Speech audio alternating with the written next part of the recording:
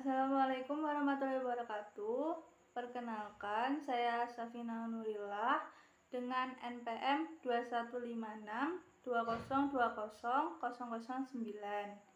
Pada video ini saya akan menjelaskan mengenai materi makrifat kepada hari akhir atau yang biasa kita sebut beriman kepada hari akhir. Pertama-tama mari kita bahas mengenai pengertian iman kepada hari akhir. Iman berarti percaya, namun tidak hanya pada mulut, tetapi juga menanamkannya dalam hati dan mengamalkannya dalam kehidupan sehari-hari. Sedangkan pengertian hari akhir terbagi menjadi dua, yakni secara istilah dan secara bahasa. Secara bahasa, hari akhir berarti hari penghabisan menurut Quran Surat Al-Baqarah ayat 177, dan hari pembalasan menurut Quran Surat Al-Fatihah ayat 4. Kemudian menurut istilah, hari akhir berarti hari mulai hancurnya alam semesta dan juga isinya, serta berakhirnya kehidupan semua makhluk hidup. Namun hari akhir juga dapat diartikan hari di mana ditegakkannya hukum Allah Subhanahu wa taala yang seadil-adilnya menurut Quran Surat Al-Mumtahanah ayat 3. Bukti dari datangnya hari kiamat ada pada Quran Surat Al-A'raf ayat 187. Dan ketika hari kiamat terjadi, pada saat itu manusia seperti laron yang berterbangan dan gunung-gunung seperti bulu yang dihambur-hamburkan. Maka adapun orang yang berat timbangannya pada kebaikan, maka dia berada dalam kehidupan yang memuaskan atau senang.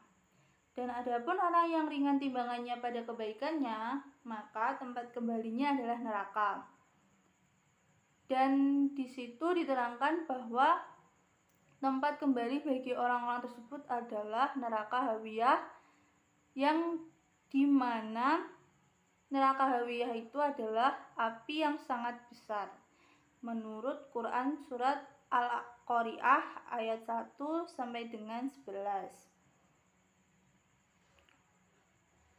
Kemudian penyebab terjadinya hari akhir menurut ilmu pengetahuan. Menurut geologi, seperti yang tertera pada layar, pada intinya bumi dapat berputar mengelilingi matahari dan berotasi itu adalah karena adanya gaya tarik matahari terhadap bumi. Dan apabila gaya tarik tersebut berkurang, maka putaran bumi akan semakin cepat dan akan mengalami nasib seperti meteor, menyala atau hancur. Kemudian menurut teori fisika, seperti yang tertera pada layar, intinya kehidupan di bumi sangat membutuhkan adanya energi dari cahaya matahari. Apabila energi tersebut habis, sebagai contoh, kita tidak akan mendapatkan tumbuhan yang dimana menghasilkan oksigen bagi kehidupan makhluk hidup. Secara otomatis, bila tidak ada oksigen, maka seluruh makhluk hidup di bumi akan punah atau mati. Selanjutnya, macam-macam hari akhir atau kiamat. Kiamat terbagi menjadi dua, yakni kiamat sugro dan kiamat kubro. Kiamat sugro adalah yang dimaksud dari kiamat sugro adalah kematian dari seseorang yang merupakan akhir dari hidupnya, bencana alam yang menimpa sekelompok orang, dan juga musibah yang terjadi pada seseorang.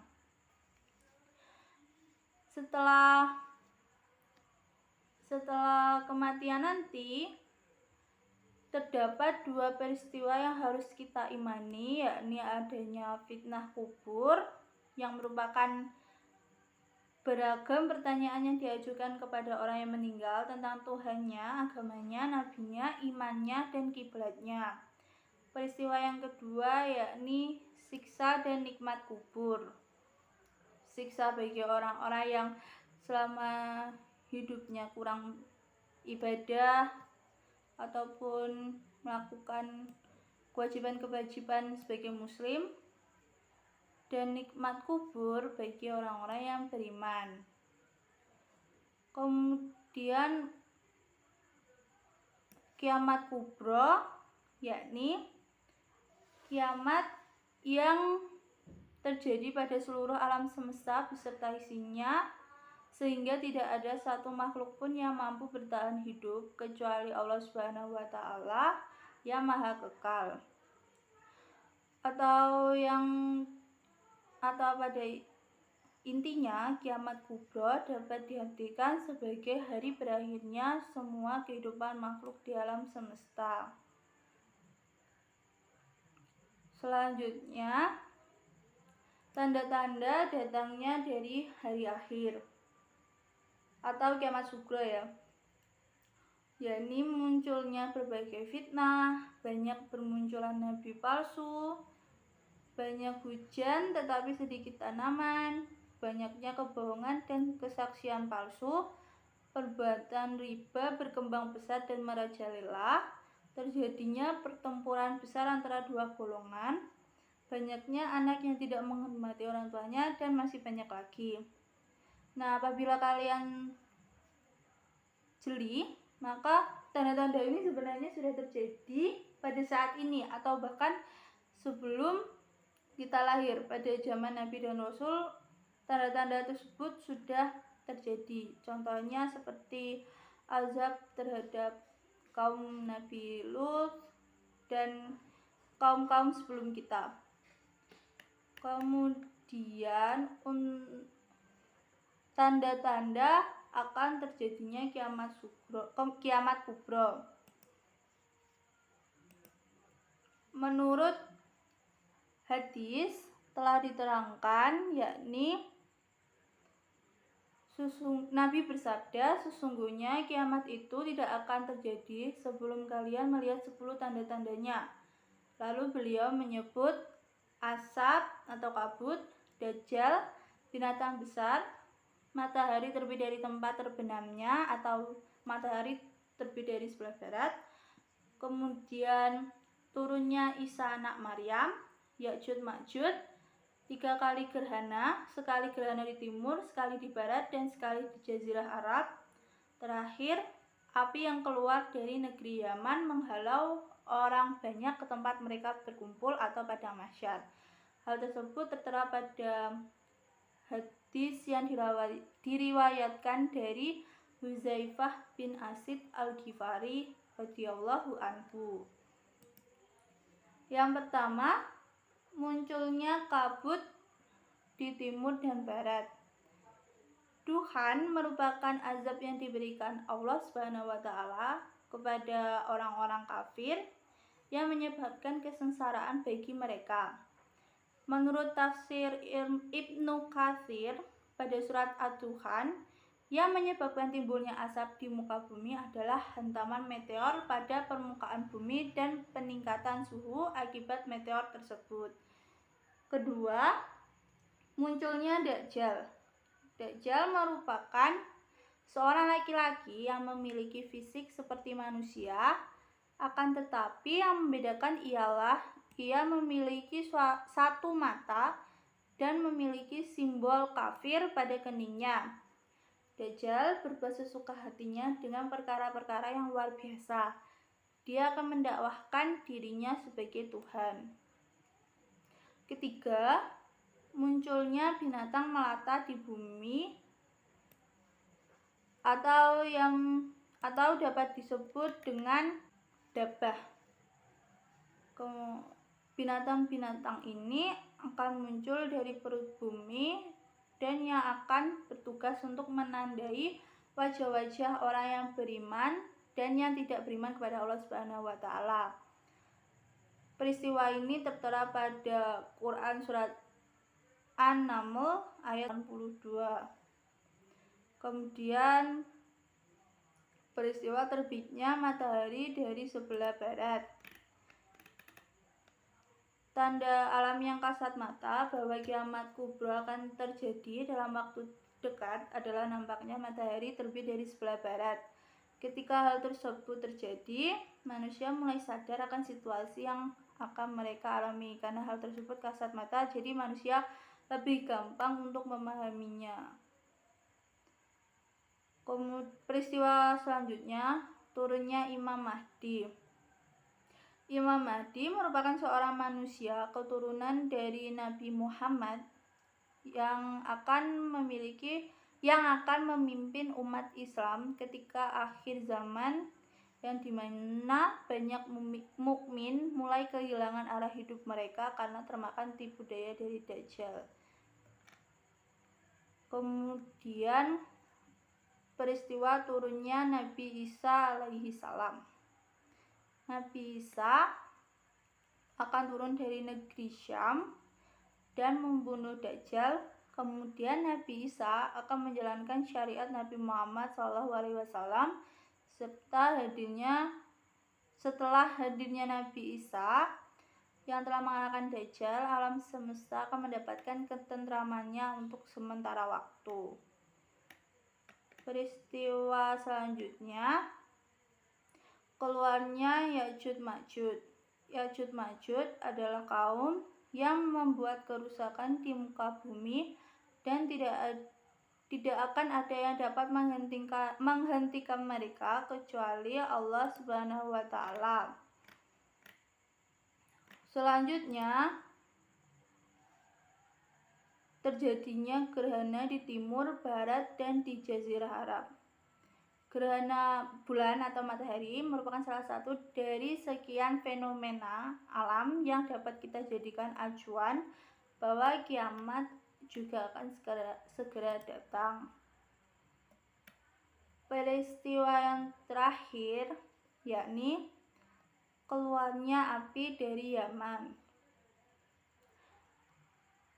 Tanda pertama yang terjadi bahwa kiamat sudah dekat ialah munculnya api yang berasal dari Yaman, kemudian menyebar di seluruh permukaan bumi yang akan menggiring manusia menuju padang mahsyar. Bagian yang selanjutnya akan kita bahas yakni periode hari akhir. Jadi hari akhir memiliki tahapan-tahapannya untuk menuju ke alam baqa atau yang kita sebut kekekalan abadi ya. Yang pertama yakni Yaumul Ba'ats. Sesudah hancur dan musnahnya alam semesta termasuk manusia, terjadilah hari kebangkitan. Hari kebangkitan adalah proses dibangkitkannya seluruh makhluk dari alam bumi, dari alam kubur. Pada hari ketika mereka dibangkitkan, Allah Subhanahu wa Ta'ala semuanya lalu diberitahukannya kepada mereka apa yang mereka telah kerjakan, dan Allah Subhanahu wa Ta'ala mengumpulkan semua amal perbuatan mereka padahal mereka sudah melupakannya, dan Allah Subhanahu wa Ta'ala menyaksikan atas segala sesuatu menurut Quran surat Al-Mujadalah ayat 6. Yang periode kedua yakni Yaumul Hasyr. Yaumul Hasyr yaitu hari berkumpulnya manusia setelah dibangkitkannya dari kuburnya masing-masing. Kemudian semua manusia dikirim ke tempat yang luas, yaitu pada mahsyar. Firman-Nya yakni, dan ingatlah akan hari yang ketika itu kami perjalankan gunung-gunung dan kamu akan dapat melihat bumi itu datar, dan kami kumpulkan seluruh manusia dan tidak kami tinggalkan seorang pun dari mereka. Quran surat Al-Kahfi ayat 47. Periode ketiga yakni buku catatan. Setiap manusia di alam mahsyar mempunyai buku catatan. kitab perjalanan hidup yang sudah dicatat oleh malaikat Raqib dan Atid. Kitab catatan ini berisi semua perbuatan dan perkataan manusia sewaktu ia hidup di dunia. Firman-Nya dalam Quran surat Al-Kahfi ayat 49, yakni, dan diletakkan kitab, lalu akan kamu lihat orang-orang yang bersalah ketakutan terhadap apa yang tertulis di dalamnya, dan mereka berkata, wahai celaka kami, kitab apakah ini yang tidak melupakan yang kecil dan tidak pula yang besar, melainkan ia mencatat semuanya. Mereka memperoleh di hadapan mereka apa-apa yang telah mereka kerjakan, dan Tuhanmu tidak akan menganiaya seorang pun. Periode yang selanjutnya yakni Yaumul Hisab dan Mizan. Yaumul Hisab adalah hari ketika Allah Subhanahu wa taala memperlihatkan semua amalan di akhirat untuk dihisab. Segala dosa besar dan dosa kecil dihitung dengan seksama dan teliti.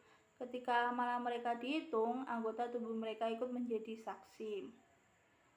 Hal tersebut difirmankan oleh Allah pada Quran surat An-Nur ayat 24.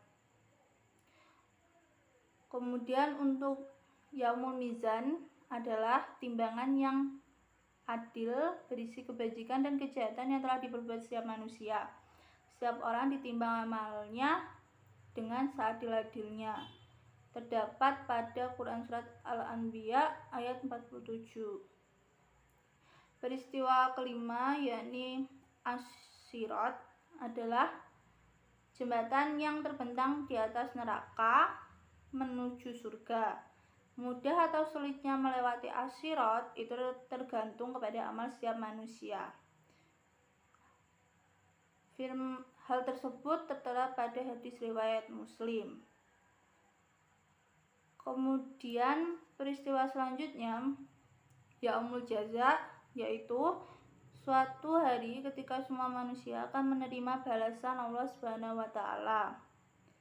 Balasan yang diterima seseorang sesuai dengan amalnya selama ia hidup di dunia.